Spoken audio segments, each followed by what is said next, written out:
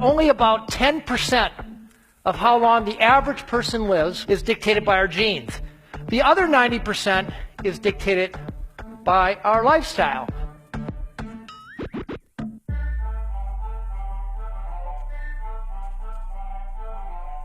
We're leaving about 12 good years on the table.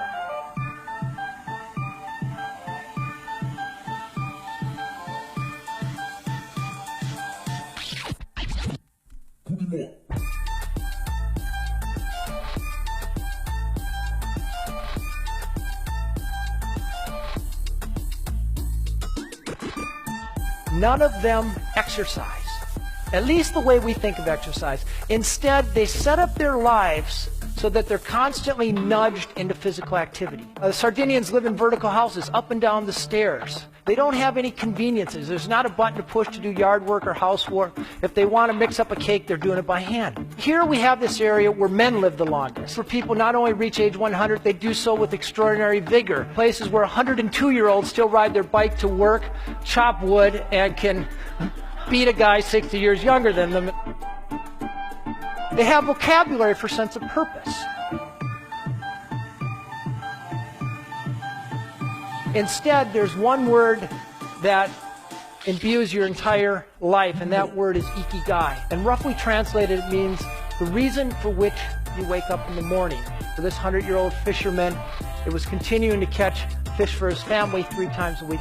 For this 102-year-old woman, her ikigai was simply her great granddaughter. And I asked her what it felt like to hold a great granddaughter, and she put her head back and she said, "It feels like leaping into heaven." Each of these cultures take time to downshift. The Sardinians pray, the Seventh-day Adventists pray, the Okinawans have this ancestor veneration. When you're in a hurry or stressed out, that triggers something called the inflammatory response, which is associated with everything from Alzheimer's disease to cardiovascular disease. The greatest sort of diet suggestion ever invented is known as the Hara Hachi Bu diet. It's simply a little saying these people say before their meal to remind them to stop eating when their stomach is 80% full.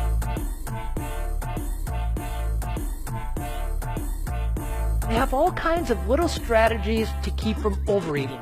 They eat off of smaller plates. They tend to eat fewer calories at every sitting. A plant-based diet full of vegetables with lots of color in them, and they eat about 8 times as much tofu as Americans do.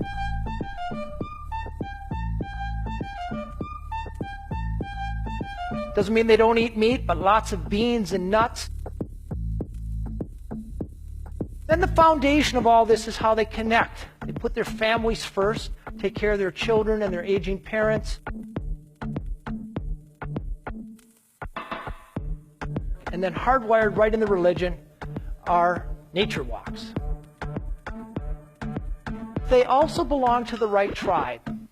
They were either born into or they proactively surrounded themselves with the right people. They all tend to belong to a faith-based community.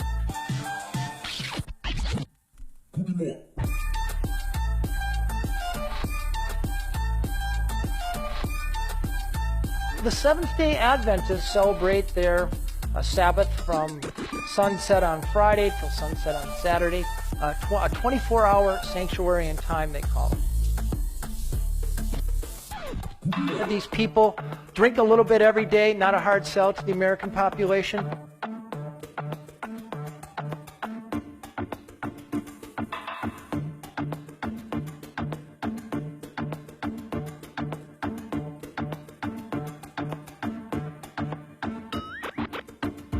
When it comes to longevity, there is no short-term fix in a pill or anything else. But when you think about it, your friends are long-term adventures, and therefore perhaps the most significant thing you can do to add more years to your life and life to your years.